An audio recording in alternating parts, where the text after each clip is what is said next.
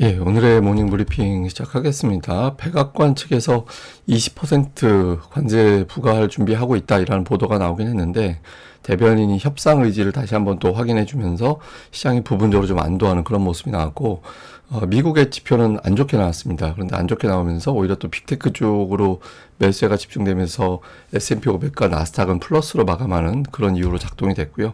우리는 관세, 정치 불확실성 이런 것들이 현재 정점을 통과하고 있는 중이잖아요. 그러니까 정점 통과 이후에 어떤 경기 침체로 갈지 아니면 불확실성 제고로 될지 이번 주가 상당히 중요한 상황이 될 것 같습니다. 근데 그런 가운데 결국에는 이제 외국인들이 어떻게 하느냐가 되게 중요하거든요.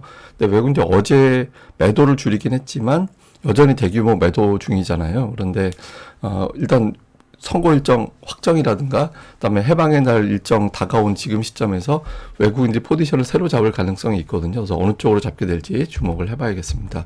우선 미증시는 S&P 500 나스닥은 올라가고 다우는 빠지고 뭐 이 정도 됐죠. 근데 딱 봐도 나스닥이 많이 올라가고 러셀 2000은 좀 둔하고 이렇게 됐다라는 거는 그냥 빅테크 중심으로 올랐구나 이렇게 보면 되는 거죠. 근데 전반적으로도 헬스케어라든가 금융 관련된 이런 종목군들 제외하고는 플러스 난 업종이 더 많았어요. 그래서 전체적으로는 어쨌든 분위기는 그냥 저점 매수가 일부 좀 가동이 됐고 특히 빅테크가 올라가면서 지수 자체를 끌어올렸구나 이런 점을 좀 보여주는 대목이었죠. 그래서 전반적인 분위기는 협상 통해서 관세가 좀 내려갈 것 같은데 이런 기대감이 좀 작동이 됐던 것 같아요. 세부적으로 보면 백악관 참모들이 대부분 제품에 20% 관세를 일괄 부과하는 이게 왜 그러냐면 나라별로 따로따로 다 부과하고 협상하고 이게 과정이 되게 어렵잖아요. 그래서 아마 20% 싹 다 부과하고 나라별로 이제 협상을 통해서 니는 우리나라에 대해서 관세를 좀 덜 부과하고 있으니 깎아줄게 뭐 이런 식으로 또는 어떻게 할 거니까 깎아줄게 뭐 이런 식으로 가지 않을까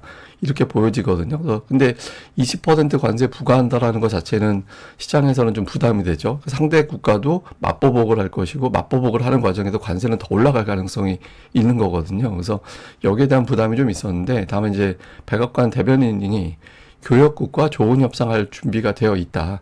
그러니까 뭐 전화 통화할 준비가 되어 있다. 뭐 일일이 다 만날 수는 없으니까 협상을 통해서 어느 정도 깎아줄 준비가 되어 있다라는 식으로 해석이 되는 거죠. 그래서 이런 점은 좀 안도감을 줬고 지표는 부진했습니다. 그러니까 제조업 지수, 구인 건수 전부 다 예상치보다 부진하게 나왔거든요. 그래서 예상치보다 부진하게 나오면서 이 점은 또 이제 좀 보수적으로 봐야 되는 상황이긴 한데 한편으로는 트럼프가 계속 밀어붙이기 어려울 것 같다. 그리고 연준에서 금리를 더 내릴 것 같다. 그러니까 이런 쪽으로 또 작동이 됐습니다. 근데 주요 증권사들은 걱정 많이 하고 있어요. 뭐 오늘 CT를 비롯해서 뭐 HSBC라든가 이런 곳에서는 전부 다 리스크가 종료가 되는 게 아니라 새로운 리스크가 시작될 수도 있다. 그래서 지금은 뭐 지표 하나만 안 좋은 게 아니라 뭐 실적, 소비, 심리 다 안 좋기 때문에 주식시장 돌아서기 어려워, 쉽지 않아 이런 주장을 하기도 했고요.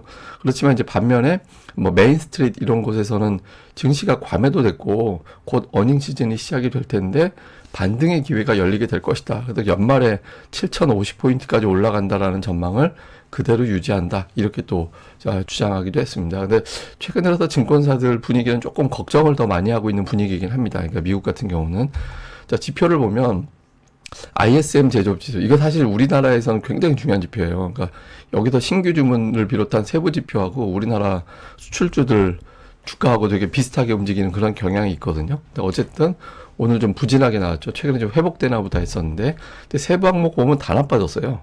예, 가격 지수 정도만 올라가는데 이거 가격 지수는 올라가서 좋을 건 없죠. 예, 그러니까 인플레이션에 대한 걱정을 하게 되는 거니까 뭐 신규 주문이 전달보다 3.4%포인트 내려간다든가, 뭐 생산이라든가 고용이라든가 이런 지표들 다 부진하게 나오고 올라간 거라고는 이제 가격 지표 정도밖에 없거든요. 그래서 세부 지표로 봐도 좀 부진하다. 근데 이게 이제 시장에서 그렇게 심각하게는 오늘 안 본 게, 미국은 아예 제조업 지표는 최근에 둔한데 서비스업 지표는 또 괜찮거든요. 그래서 미국의 경제 대부분은 소비잖아요. 그리고 또 미국은 아무래도 이제 서비스업 비중이 더 높기 때문에 이거 가지고 경제가 나빠졌다 이렇게 단정하지는 않습니다. 근데 어쨌든 지표가 좀 둔해지고 있다라는 것 자체는 좀 걱정이 되고 또 우리 증시는 우리나라에서는 이 ISM 제조업 지수하고 테크 지수하고 연동되는 측면이 있기 때문에 이런 점은 조금 아쉬운 그런 대목이 되죠. 그다음에 구인 건수. 예, 이거 이제 우리는 이렇게 구인을 앞으로 할 겁니다라고 이제 공고 올리는 거 얘기하는 건데 이제 내려가고 있습니다. 그래서 고용 지표도 둔하고 앞서 말씀드렸던 제조업 지표도 둔화하고, 그러니까 이렇게 되다 보니까 그러니까 GDP 나오라고 그래가지고, 이거는 이제 현재 데이터를 바탕으로, 1분기 성장률이 어떻게 될까요? 라고 이제 추정하는 지표예요. 근데 이게 뚝 떨어졌어요. 거의 4% 가까이. 뭐 실제로 저렇게 발표되진 않겠습니다만은, 어쨌든 이런 식으로 지표가 계속 나오게 되면 미국의 성장률은 이렇게 될 겁니다. 라고 이제 나오는 건데, 이게 계속 나빠지니까 미국의 경제가 실제로 나빠지나 보다. 근데 그 이유를 전부 다 관세로 꼽고 있거든요. 그러면 트럼프가 관세 고집하는 게 쉽지 않을 것 같은데, 그러니까 이런 분석도 일부에선 나오게 된 겁니다. 그리고 국채금리 계속 내려가고 있거든요.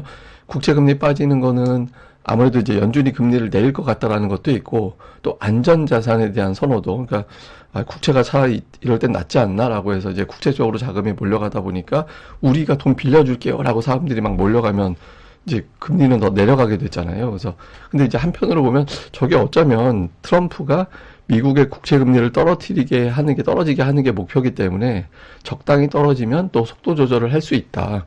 그러니까 이런 주장도 있습니다. 그래서 오늘 국채 금리가 4.2% 밑으로 내려간 게 결국에는 이제 트럼프가 속도 조절을 하게 되는 그런 계기가 되지 않을까? 그러니까 이런 분석이 가능하고 이 점이 또 증시가 조금 유연해지는 그런 계기가 되지 않았을까? 이렇게 추정이 되는 것 같습니다. 그리고 4월은 미국이 좀 강해요. 예, 월별로 평균 상승률하고 상승 확률을 보면 4월이 가장 좋은 편이거든요. 그래서 이번 달에는 좀 반등할 것 같은데라는 기대감도 일부 있었던 것 같아요. 근데 그리고 또 그 1분기에 많이 빠진 경우에 4% 이상 1분기에 빠진 경우에 4월에는 반등한 확률이 73%로 높았거든요. 근데 2분기 전체 연말로 보면은 그렇게 성적이 좋은 편은 아닌데 어쨌든 4월만 놓고 보면 1분기 고전했을 때 좀 반등하는 경향이 있었다. 그러니까 이런 것들이 일단 좀 매수해 볼까 이런 심리도 좀 유발했던 것 같습니다. 뭐 주요 종목으로 보면 빅테크 대부분 다 올랐습니다. 그러니까 이거는 뭐 특정 어떤 종목이 호재가 있었다라기보다는 그냥 분위기 자체가 빅테크로 들어왔다라고 봐야 되고, 굳이 갖다 붙이자면 뭐 테슬라는 신차는 그래도 좀 팔렸다더라. 그리고 이제 머스크가 경영에 복귀한다라는 썰이 있다. 이런 내용들. 그다음에 뭐 대부분 재료들은 다 이렇고요. 그다음에 이제 오늘 뭐 이제 존슨앤존슨이 7% 빠지면서 다우지수를 끌어내렸습니다. 그러니까 소송에서 패소했어요. 그러니까 뭐 그 암을 발생하는 물질이 나온 게 있는데 이걸 물어줘야 되잖아요. 소송이 걸릴 수 있는 상황인데, 그래서 자회사 아예 파산시켜가지고 그 자회사, 대상이 되는 자회사를 파산시켜서 그걸로 이제 퉁치려고 했는데 법원에서 그거 파산 안 돼. 이렇게 이제 틀어막아 버리니까 그럼 이제 돈을 물어줘야 되는 거잖아요. 그러니까 그런 우려감에 빠졌고, 그러니까 필립스 반 휴젠이 오늘 실적 호조로 급등을 했는데 이게 뭐 하는 회사냐면 케빈 클라인.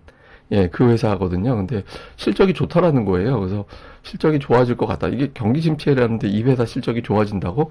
이렇게 되면서 이제 이 기업뿐만 아니라 뭐 랄프로렌 같은 종목들도 오늘 올라가서 미국에서 의류 관련된 기업들의 주가는 오늘도 선전을 했습니다. 자, 우리 증시는 되게 독특한 패턴이 나오고 있어요. 올해 들어서 장중에 2% 이상 하락한 경우에는 그때가 저점이 되는, 예, 그런 현상이 있었거든요. 근데 이제 지금 그 보면 2% 하락하고 또 하락하고 이렇게 이제 나왔잖아요. 그래서 근데 일단은 그달 또는 그 다음 날이 저점이 되는 현상이 이번에도 재현되는 거 아닌가? 이렇게 보여지는 거죠. 그래서 올해 특징이 일단 세게 한번 때려놓고 그 다음에 이제 흔들어 버리면서 이제 물량 뺐고 그 다음에 올라가고, 혹시 이런 건가? 이런 이제 현상들이 반복되고 있으니까. 근데 이렇게 이제 나오고 있는 건데, 다만 외국인들이 돌아서지 않으면 지수가 못 올라갑니다. 어제 이제 같은 경우 외국인들 매도를 줄이긴 했지만 그 전날 대비 4분의 1로 줄이긴 했지만 3,900억 원이면 엄청나게 많이 판 거예요. 예, 되게 많이 판 거거든요. 그리고 선물도 어제 장중에 제법 매수했다가 종가 쪽에서는 매도로 뒤집어졌잖아요. 근데 선물도 아직 돌리진 않고 있고, 그리고 옵션도 보면 풋옵션을 계속 늘리고 있는 그런 현상이 나오고 있죠. 이건 전부 다 하락 쪽에 베팅을 하고 있다라는 신호가 될 수도 있거든요. 근데 이제 달리 보면 어제 같은 경우는 우리나라 이제 정치적 변수가 이제 거의 마무리 수순으로 가고 있다라는 점이 반영되지 않은 수치이죠. 근데 이거를 갖다가 이제 외국인들이 오늘 그것까지 이제 조합적으로 본 날이기 때문에 오늘 장에서 이제 외국인들이 계속해서 하락 쪽으로 베팅을 할지 아니면 이제 바꿀지, 이게 이제 다음 주 만기 때까지 흔들 거냐 아니면 일단 저점은 친 거냐, 이거를 가늠하는 데이터로 우리가 이제 보면은 될 것 같습니다. 근데 어쨌든 3월 11일에 그러니까 외국인들 올해 특징이 1조 5천억 원을 밥 먹듯이 매도를 해요. 근데 그렇게 매도를 한번 때리고 나면 그 다음에 이제 좀 유연하게 바뀌는 그런 경향이 있었거든요. 근데 어저께 일단 매도가 그렇게 줄진 않아서 이제 외국인 투자자들의 매도가 확 줄어들어서 1,000억 원 이하로 줄거나 매수로 바뀌거나 그러니까 이런 움직임이 나오는지 여부가 상당히 중요하다라고 봐야 될 것 같습니다. 그리고 시가총액 2위 종목군들 제가 1, 2위라고 표기했습니다만 이제 시가총액 2위 종목들을 좀 봐야 되는데 하이닉스 같은 경우는 어제장에서 이제 돌아섰잖아요. 중요한 121선. 그러니까 하이닉스 같은 경우는 가장 눈앞에 보이는 중요한 지지선은 121선이었거든요. 근데 그 선에서 다행히 돌렸습니다. 그러니까 코스피는 이제 할도리를 한 모습인데 코스닥 같은 경우는 하나 아쉬운 게 에코프로비엠의 주가가 여전히 하락하고 있어요. 그러니까 공매도도 많이 봤는데 근데 지금의 주가를 좀 주목해 보고 있는 게 2023년 이후에 올라갔던 거. 그때 당시에 뭐 엄청난 이제 돌풍이 불면서 올라갔잖아요. 그때 이제 굉장히 유명한 어떤 이제 이슈도 좀 있었고 이제 뭐 이게 2차 전지에 대해서 긍정적으로 보는 어떤 그런 이제 여러 가지 변수가 좀 있었잖아요. 그때 당시에. 근데 그때 올라간 걸 다 내줬어요. 그러니까 이게 어떻게 되냐면 지금 주가부터는 그때 최저점에서 매수했던 투자자들도 지금은 손실로 바뀌어 있는 상태로 가게 되는 겁니다. 그러니까 이 위치가 나름대로는 매도가 좀 줄어들 수도 있겠는데 라고 평가가 될 수 있는 위치거든요. 그래서 여기서 이제 시가총액 2위, 2차 전지 종목군들의 변화가 좀 생기는지 그러니까 이 부분도 주목을 해봐야 될 것 같습니다. 그래서 시가총액 2위 종목군들의 어떤 변화 체크를 좀 해봐야 될 겁니다. 자, 오늘 뭐 시장을 좀 요약을 해보면 일괄적인 관세 그리고 이제 협상에 대한 의지 확인 이 두 가지를 좀 주목을 해봐야 되는 게 차라리 전체 다 관세를 똑같이 부과해버리면 미국에서 가격 경쟁력은 똑같은 거예요. 예, 그렇게 되는 상황이 만들어지게 되거든요. 물론 이제 구매력이 떨어지게 되는 거니까 오늘 예일대에서 얘기한 거는 가구당 구매력이 3,000에서 4,000달러 정도 줄어든다라고 이야기하긴 했거든요. 근데 이제 어쨌든 한편으로 보면은 그냥 몰라 이렇게 확 부어놓고 협상해야지 이렇게 해서 이제 협상하는 식으로 가겠다라는 걸로 보여질 수 있잖아요. 그래서 이게 이제 재료 노출 피크로 볼 가능성도 있습니다. 그러니까 외국인들이 과연 그렇게 볼 거냐. 그 다음에 이제 국채금리가 떨어진 게, 물론 안전자산에 대한 선호 때문에 떨어진 건 있지만, 그렇다고 달러가 올라가진 않았거든요. 그래서 금리 떨어지는 것도 신흥시장에 나쁜 건 아니에요. 그래서 여기에 대해서도 외국인 투자자들이 반응을 할 건지, 어쨌든 어제 같은 매도가 나오면 지수는 버티기가 어렵습니다. 그러니까 버티기 어렵기 때문에 외국인 투자자들이 이 부분에 대해서 특히 또 헌법재판소 판결 이제 선고가 확정이 됐다. 이렇게 되면 이제 불확실성이 어쨌든 통과가 된 거잖아요. 예, 그 부분에 이제 반응을 할지 봐야 될 것 같고, 그리고 공매도 대상이 되는 종목군들이 여전히 공매도를 맞을 거냐. 이것도 상징적인 의미에서 이제 공매도 치기 좀 부담스러운 장세로 바뀌는 건지 아닌지를 또 가늠해 볼 수 있거든요. 그래서 이런 부분들도 중점적으로 살펴봐야 될 것 같습니다. 근데 이게 최근에 보면 그러니까 금같이 안전자산 쪽으로 자금이 막 몰려가고 있다라는 거예요. 근데 금은 영원히 계속 올라가는 자산이거든요. 인플레이션이 존재하는 한 금 가격은 계속 올라가요. 장기적으로는.